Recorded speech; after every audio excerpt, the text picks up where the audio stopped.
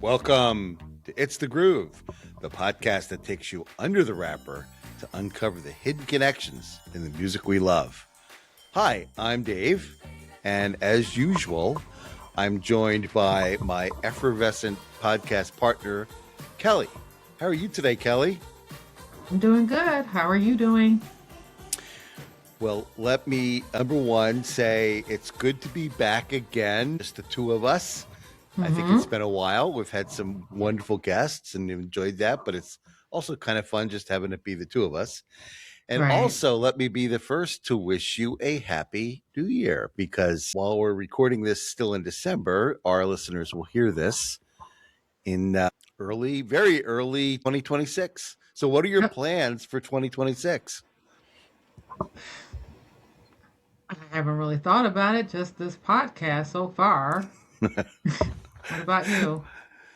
Yes, we have some big plans that we'll tease a little bit later on for the program.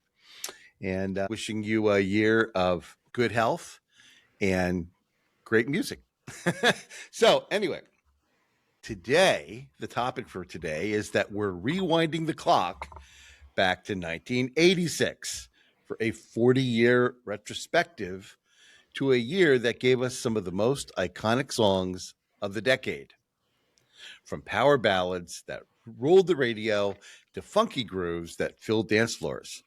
1986 was a year when pop, rock, and R&B collided in unforgettable ways. Think of it as a musical snapshot of a world buzzing with synthesizers, soaring vocals, and unforgettable hooks. But 1986 wasn't just about the music. It was a year packed with cultural milestones. So, did you remember that the Oprah Winfrey Show debuted in 1986? Yes, I was in Chicago when that happened. Uh-huh. And unfortunately, not all the news that year was good. The Space Shuttle Challenger tragedy shook the world, reminding us both of the risks and the spirit of exploration. Do you remember where you were when you heard the news? Yeah, I was in school and my class didn't watch it, but I asked a friend what happened and he said it exploded. So, yeah, it was very shocking. Yeah. And in sports, the Chicago Bears were still basking in the glow of their one and only Super Bowl victory, while Kelly was off doing the Super Bowl shuffle in her living room. We're efforting getting some video of that. Mm. So, on the big screen, films like Top Gun and Ferris Bueller's Day Off kept us entertained and munching movie theater popcorn. Extra butter on mine, please. So, in this episode, we'll count down our top songs of 1986, reliving the tracks that defined the year and exploring the stories behind them. Whether you are blasting cassette tapes in your Walkman or catching these hits on MTV, these songs captured the energy, drama, and joy of the mid 80s. So, let's dive in and celebrate the soundtrack of 1986. Okay, so for my Notorious podcast host, what's your first selection? Okay, well, my first selection is from, if you've been listening to the program, you know this is my favorite band, Duran Duran, and the song is Notorious. This was the very first single from the band released as a trio because both Roger Taylor and Andy Taylor had left the band by that time. And even with all that change, the song was a major international success. It hit number 7 in the UK and shot up to number 2 on the US Billboard Hot 100 and even reached number 1 in Greece and Italy. Notorious also kicked off a brand new sound for them. The band brought in Nile Rodgers, yes, Nile Rodgers from Chic, to help produce the album. Reminder, we have an episode featuring Nile. Go back and check it out. Nile infused the track with a lighter, funkier feel, tons of bass, and some great brass moments. Now even played guitar on the song, along with drummer Steve Perrone and the Borneo Horns. Simon talked about that famous riff in a 2011 interview. He remembered now playing some notes on the neck of the guitar, and the band's reaction was, yeah, we gotta have that. That lyric, who really gives a damn about a flaky bandit, was reportedly a jab at Andy Taylor, whose sudden exit definitely left a mark. The music video was shot in Manhattan at a Manhattan warehouse by Peter Gagan and Paula Greif and was released on some outdoor shots. And one of those stills actually became the album cover. Let's listen to Notorious. Mm.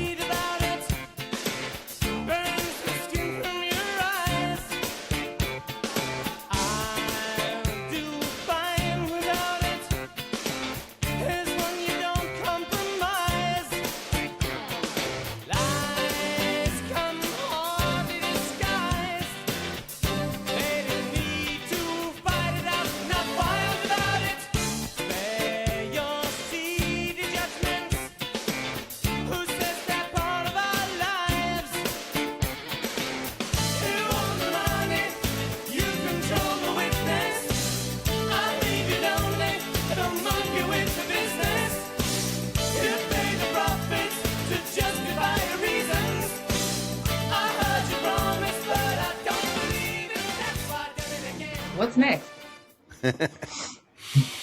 Okay, my next one is Sweet Love by Anita Baker, a soulful ballad from her 1986 album Rapture that became her breakthrough hit, showcasing her rich, emotive vocals and cementing her place in R&B history.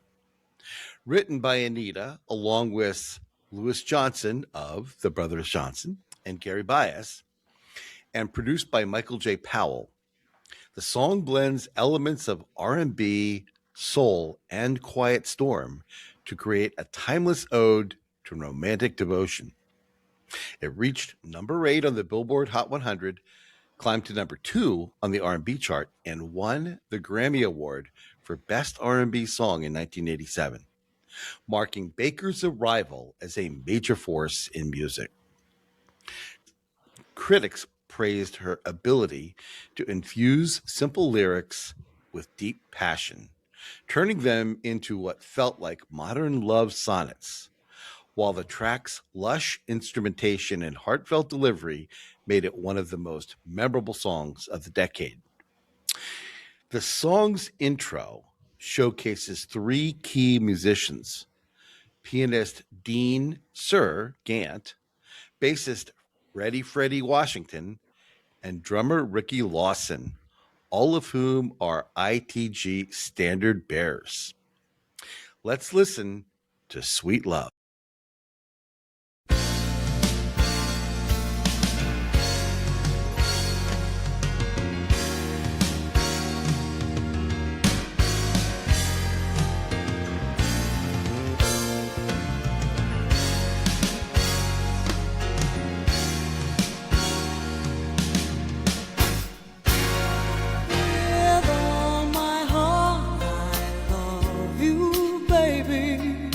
Stay with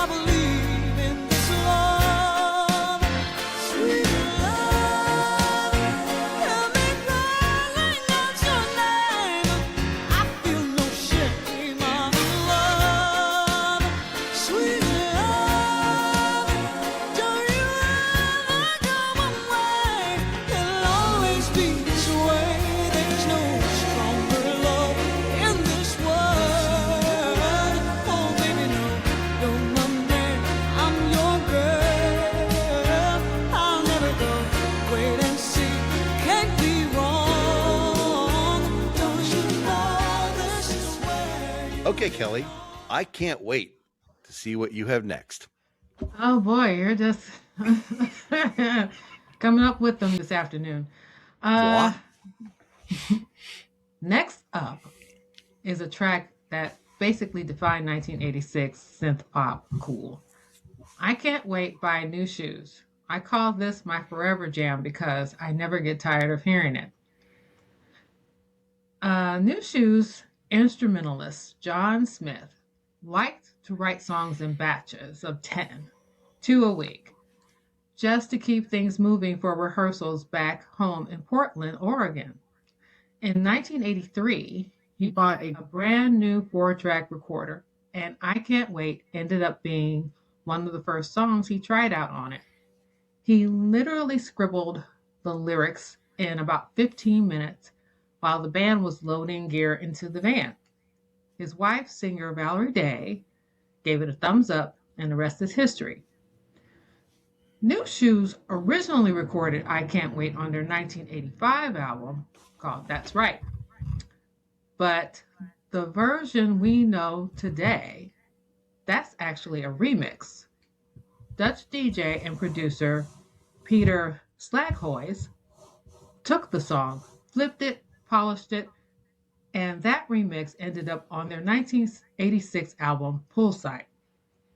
And that absolutely took off.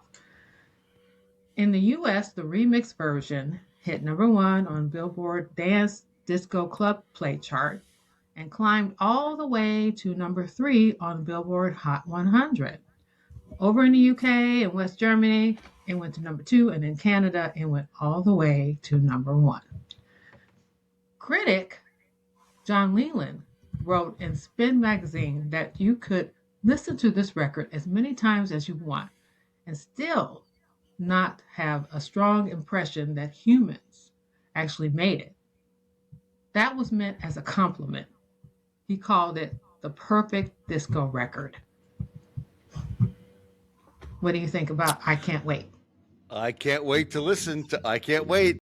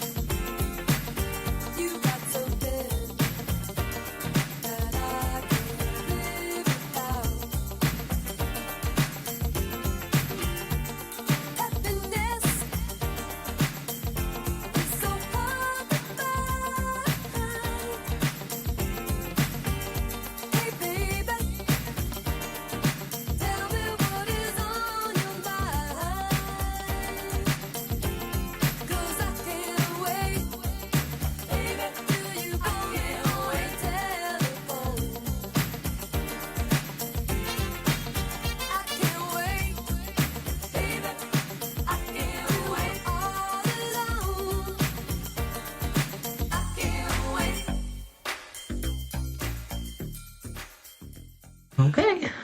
Okay, so my next song is Everybody Have Fun Tonight by Wang Chung. That quintessential 1980s party anthem that captured the era's upbeat synth driven sound. Released in 1986 on their album Mosaic, the track was co written by Jack Hughes, Nick Feldman, and producer Peter Wolf. Originally conceived as a ballad, it was transformed into a high energy dance hit, famous for the playful lyric, Everybody Wang Chung Tonight, which turned the band's name into a verb. The song soared to #2 on the US Billboard Hot 100 and hit #1 in Canada, becoming the band's biggest commercial success. With its infectious chorus and quirky self reference, the song remains one of the most memorable pop hits of the decade. Although I'm still waiting for someone to tell me what a Wang Chung is. Fun fact, ITG fave Saida Garrett is credited on backing vocals on Wang Chung's Mosaic album. Now, there is no confirmation that she either did or did not perform on this track. So if anyone out there knows the answer to this, please let us know. And Saida, if you're listening, we'd love to have you on the podcast. Let's listen to Everybody Have Fun Tonight. Deep in the world tonight, I hope it's safe and sound. I'll hold you so close, just let yourself go down.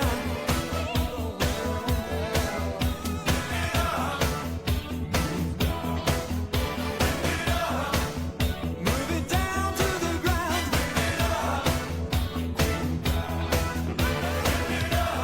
Get what's inside of you. Everybody have fun tonight. Everybody have fun tonight. Everybody Wang Chung tonight. Everybody have fun tonight. Everybody Wang Chung tonight. Everybody have fun. Everybody have fun. To oblivion, all the world is Babylon. All the love and everyone, a ship of fools sailing on.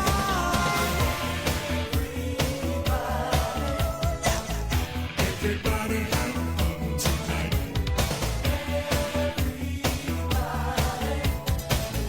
Everybody have fun tonight.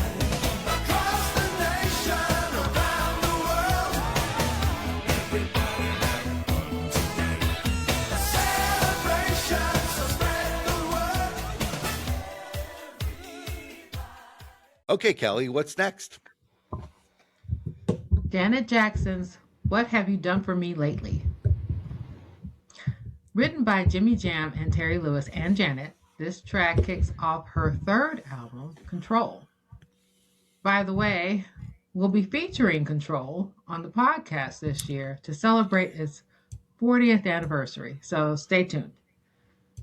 By 1986, Janet was coming off two albums that hadn't really hit the mark. Side note, I love Come Give Your Love to Me, her second single from her 1982 debut, written by Glenn Barbie and Charmaine Silvers. But I digress. She switched management, regrouped, and decided it was time to take charge. That's when she teamed up with Jam and Lewis, who co-wrote and produced the entire album with her. What Have You Done For Me Lately wasn't even meant for her. Jam and Lewis originally wrote it for themselves. Janet heard it in their Minneapolis studio and said, "That's funky. Who's that for?" They told her, "Actually, it's yours." And she jumped on it. Jam and Lewis insisted the whole project stay in Minneapolis, far away from LA, distractions, and especially Joseph Jackson, her dad, who wanted her recording under his watch. But they held their ground, and this album was happening at Flight Time Studios. The song actually became the last track recorded because A&M exec John McClain wanted one more up-tempo moment, and Janet delivered. The lyrics were rewritten to reflect what she had been going through, her separation and an annulment with James DeBarge in early 1985.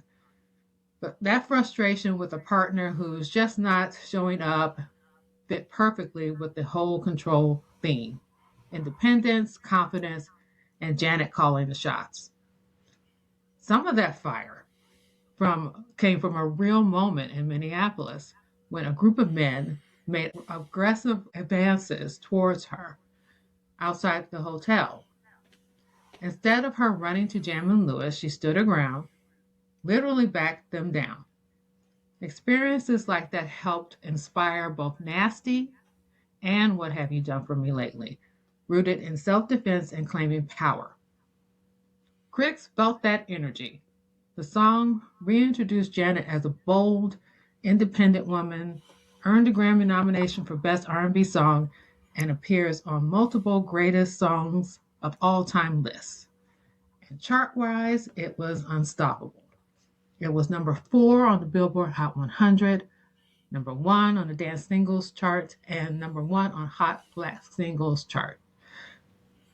Now, the music video sealed the deal. It's set in a diner. It's directed by Brian Jones and Pierce Ashworth, choreographed by Paula Abdul. Janet vents to her friends about her relationship drama, and the video went on to win Best R&B Soul or Rap Music Video at 1987 Soul Train Music Awards. Long story short, this track did not just launch Control. It launched a new Janet Jackson, independent, assertive, and fully in charge. One of the most defining songs of 1986. And I think we're going to get into this album more in depth in a couple months, right? Yeah, I mentioned that. I mentioned that we're going to celebrate its 40th anniversary sometime this year. Terrific. Let's listen to What Have You Done For Me Lately?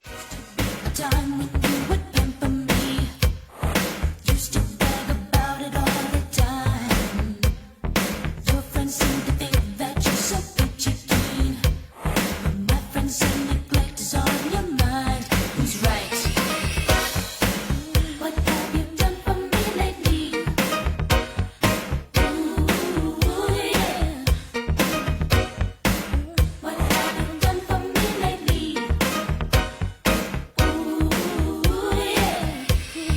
Used to go to dinner almost every night, dancing till I thought I'd lose my breath. Now it seems your dancing feet are always on my couch. The thing I could go us, we'd starve to death. Ain't that a shame? What have you done for me lately? Ooh, yeah. What have you done for me lately? Ooh, yeah. I never asked for more than I deserve. You know it's the truth. You seem to think your God's gift to the serve. I'm telling you no, hey. You ought to be thankful for the little things, but little things are all you seem to give. You're always putting off what we could do today. So Papa says, you've got one life to live. Who's right? Who's wrong? Okay, Okay. Higher Love by Steve Winwood is a 1986 hit that blended soulful spirituality with pop rock energy, becoming his first U.S. Billboard Hot 100 single and earning 2 Grammy Awards for Record of the Year and Best Male Pop Vocal Performance. Co-written with Will Jennings and produced by Russ Titleman, the track was the lead single from Winwood's album Back in the High Life, featuring powerful vocals by our favorite Chaka Khan and a distinctive drum intro by John J.R. Robinson. The song conveys a yearning for a transcendent, divine love beyond earthly relationships. Its success marked Winwood's breakthrough as a solo artist after years with bands like Traffic and Blind Faith. Other notable artists on this track include Nile Rodgers on guitar, and I'll reference you back to our Nile Rodgers episode, and Philip Sayce on synth bass. The drum intro alone is worthy of an entire story, which we might get to in a future episode of It's the Groove about J.R. Robinson's groove. So let's listen to Higher Love.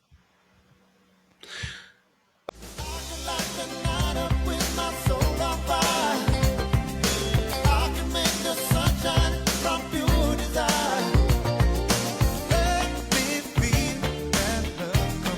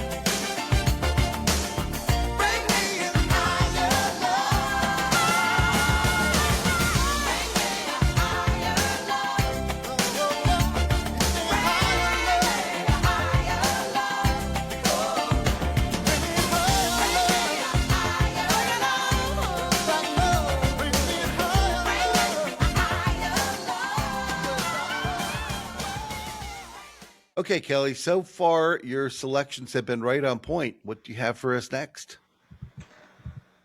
All right, next up is a song that brought a whole new chapter to the Human League story. It's called Human. This track released as the lead single from their fifth studio album, Crash, back in 1986. And what's wild is that Human almost didn't happen the way we know it. In 1985, the band was struggling in the studio, tensions were high, no one was happy with the recordings, and Virgin Records started getting nervous. So the label stepped in and suggested something bold. Send the band to work with Jimmy Jam and Terry Lewis, the powerhouse producers who had just helped shape Janet Jackson's Control. Jam and Lewis came in with fresh material, and out of 10 tracks they produced on Crash, they wrote 3 of them, including Human. The song itself is a mid-tempo ballad built around an emotional back and forth. Philip Oakey sings from the perspective of a man apologizing for being unfaithful while his partner was away. And then in spoken word breakdown, Joanne Catherall delivers her own confession.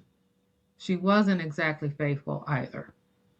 The chorus ties it all together with an unforgettable line, I'm only human, born to make mistakes. Musically, it's set in common time and moves at 102 beats per minute. Philip Oakey later said that Human might be the best vocal performance he's ever recorded, even though it took a whole month to nail it. He also shared that the spoken sections were inspired by Gary Newman's Our Friends Electric, which features 2 different monologues. Human became a massive hit, topping the US Billboard Hot 100, giving the band their second American #1 after Don't You Want Me. It also hit #1 in Canada and reached top 5 in Germany and climbed to #8 in the UK. On the US dance charts, it became second #1 on the Hot Dance Play chart, and Jammin' Lewis's R&B leaning production even carried it to the top 10 of the US R&B chart for the first time. Critics were mixed. Smash Hits called it perfect pop record, but said Oakey's vocals sounded fragile and unconfident. Billboard, on the other hand, praised the collaboration with Jammin' Lewis, calling it lush, plush, and even soulful. But decades later, Human has absolutely earned its place as one of the standout hits of 1986 and one of the Human League's most memorable songs. What do you think of Human? Yeah, that's what I think about when I think of Human League. You think of Human? That's the first song that pops into your head? Yep. Not Don't You Want Me? Nope. Oh, that's interesting. Okay. Yeah. So let's listen to Human.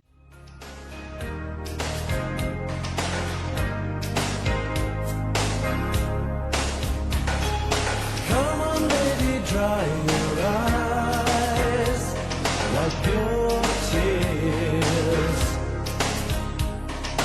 Never like to see you cry. Won't you please forgive me? I would have ever tried to hurt you. I just needed someone to hold me, to fill the void while you were gone, to fill the space of emptiness.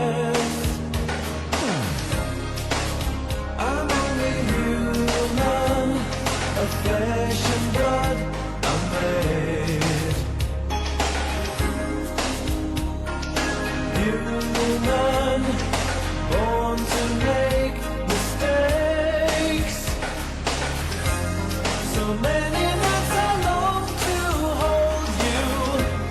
So many times I looked and saw your face.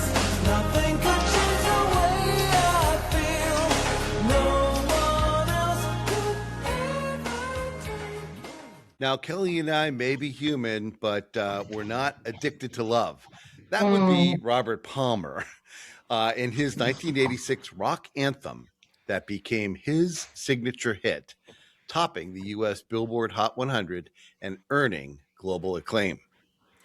Now, fun fact, this was originally intended as a duet with Shaka Khan, who contributed vocal arrangements but was unable to appear due to label conflicts. That would have been something, though, right? To hear Robert Palmer duet with Shaka Khan. That would have mhm. been a real bucket list item.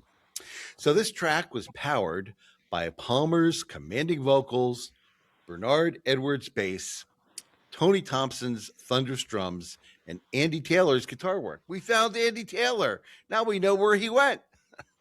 Featured on Robert Palmer's Riptide album, the song's swaggering groove and sharp lyrics about love as an irresistible obsession resonated with the audiences. Its iconic music video showcased Palmer fronting a band of mannequin like female models, cementing its place in MTV history and pop culture. So, Kelly, what did you think about the band that was backing Robert Palmer? I really didn't particularly care for the video. I thought it was kind of boring. That's just I, me. I, I always was looking at it, and it was pretty obvious they weren't really playing. You know, they had Well, like yeah, five you minutes. can see that, right? Yeah, they had like 5 minutes training or whatever on what to do, and it's like, Mhm. yeah, okay. But I thought it was entertaining. I enjoyed it. The track not only solidified Palmer's solo career after his stint with the power station, but also became a defining sound of mid 80s rock. Let's listen to Addicted to Love. But you can't read, running at different speed. Your heart beats double time, another kiss. You'll be mine, a one-track mind. You can't decide, but baby, young love is all you crave. If there's some left on you, you don't mind. If you do, oh, you like to think that you're immune to this stuff. But yeah, it's closer to the truth to say can't get enough. You know you're gonna have to face it. You're addicted to love. Might as well face it. You're addicted to love. Might as well face it. You're addicted to love. Might as well face it. You're addicted to love. Might as well face it. You're addicted to love. Might as well face it. You're addicted to love. Okay, Kelly, so far your songs have been Chef's Kiss. What do you have for us next? Okay. All right. We are coming up next with the coolest and funkiest songs of 1986. Well, one of them anyway. Kiss by Prince. It dropped on February 5th, 1986 as a lead single from Parade and exploded. It hit number one worldwide, spent 2 weeks atop of the Billboard Hot 100, and went gold that same year for shipping 1 million copies. Critics adore this song. Rolling Stone placed it on their 500 greatest songs of all time list 3 different times, most recently at number 85. The NME ranked it at number 4 on their list of greatest singles ever, and even named it best single for 1986. After Prince's passing in 2016, Kiss came roaring back, re entering the Hot 100 at number 28 and then jumping to 23. It hit number 2 in France, and by 2016, it had sold 1.3 million copies in the US. Kiss originally started as a tiny acoustic demo Prince tossed to the funk band Maserati. Producer David Z helped them turn it into a funky little groove. Piano inspired by Bo Diddley, drum programming that possibly came from Prince's beloved LM1 and even a clever Brenda Lee inspired, ah, oh, oh, my voice. Anyway, vocal idea. Prince loved the vibe, took it back, added his falsetto and guitar, removed the bass line, and boom, Kiss was born. This song went on to become Prince's third number one hit, number 6 in the UK, won a Grammy for Best R&B Performance by a Duo or Group with Vocals, and picked up a nomination for Best R&B Song. It also shows up briefly in Under the Cherry Moon, his movie. The LA Times called it a James Brown-style funk riff with those lyrics like "Act your age, not your shoe size," which is something I remember my 8th grade teacher saying to us all the time. Whenever I hear that song, I think about Miss Strong. Kiss is playful, it's funky, and it's Prince being Prince. What do you think about Kiss? Yeah, I would have liked to heard what the bass line was that he took out of there. You know, that would have been kind of neat to hear. But yeah, absolutely, definitely funky. Let's listen to Kiss.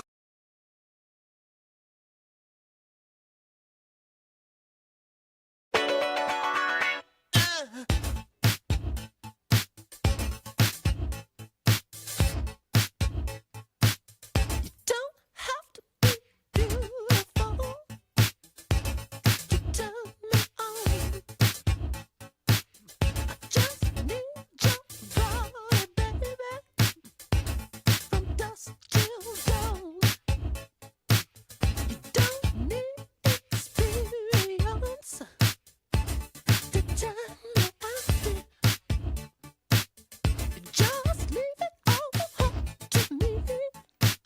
I'm gonna show you what it's all about. You don't have to be rich to be my girl. You don't have to be cool to rule my world. Ain't no particular sign I'm more compatible with. I just want your extra time and your kiss.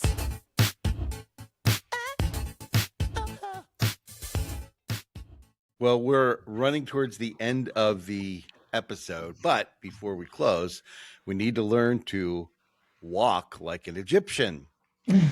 Of course, by the Bangles, this quirky, upbeat pop rock track was released in 1986 and became the band's first U.S. Billboard Hot 100 number one hit and the top ranked song of 1987. It was released in December of 86. This song was written by Liam Sternberg and produced by David Kahn. The song was inspired when Sternberg noticed passengers on a ferry moving awkwardly to keep their balance, resembling figures in ancient Egyptian art.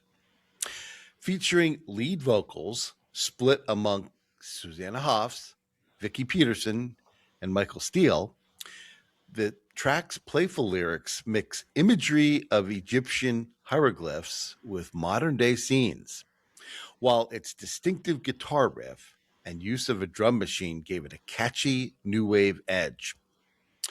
Though the band initially thought the song was too weird to be a single, it became a global sensation, cementing the Bangles' place in 1980s pop culture and leaving behind one of the decade's most memorable novelty hits.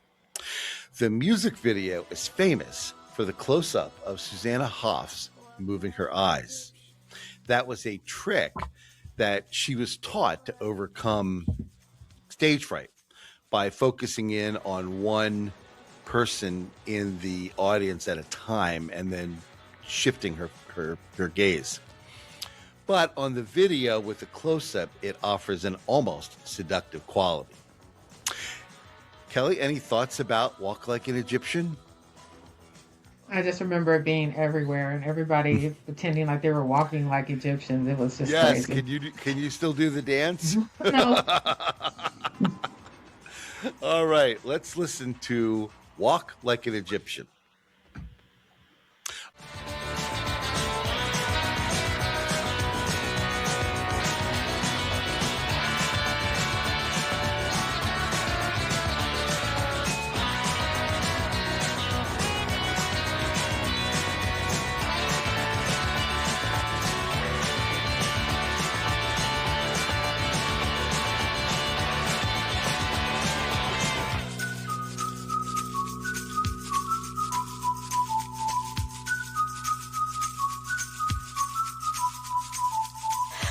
feet up the street, bend your back, shift your arm, then you pull it back.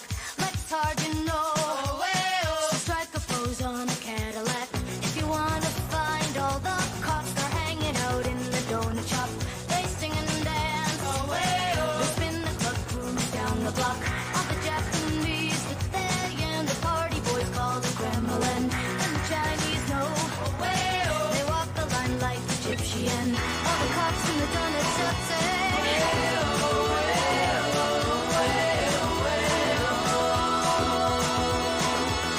Walk like an Egyptian. Walk like an Egyptian. Okay, that was our 10th song, but we're not done. I have a surprise for you. Ali, the 11th song on our list is one by one of our favorites, Love of a Lifetime by Shaka Khan from her 1986 album Destiny. This blends R&B with dance pop energy and showcases her dynamic vocal style. Now, the reason why this is a special one for Kelly is it's written by Green Guard Side and Dave from Scritti Politti. Scritti Politti, absolutely. And the song also features Gartside on backing vocals and co-production by Arif Mardin. And by the way, we've done a past episode on Arif back in summer 2025, so go back and check that one out. The song's upbeat groove and catchy chorus made it a standout, with its music video filmed at Long Island's Adventureland amusement park, adding a playful visual element. Chart-wise, it reached number 53 on the U.S. Billboard Hot 100, number 21 on the R&B chart, and performed best on the U.S. Dance Chart at number 11. Kelly, any thoughts about Love of a Lifetime? I just think it was perfect collaboration between Shaka Khan and Scritti Politti. I love this song. It is so listenable. It is honestly can become an earworm. So let's listen to Love of a Lifetime.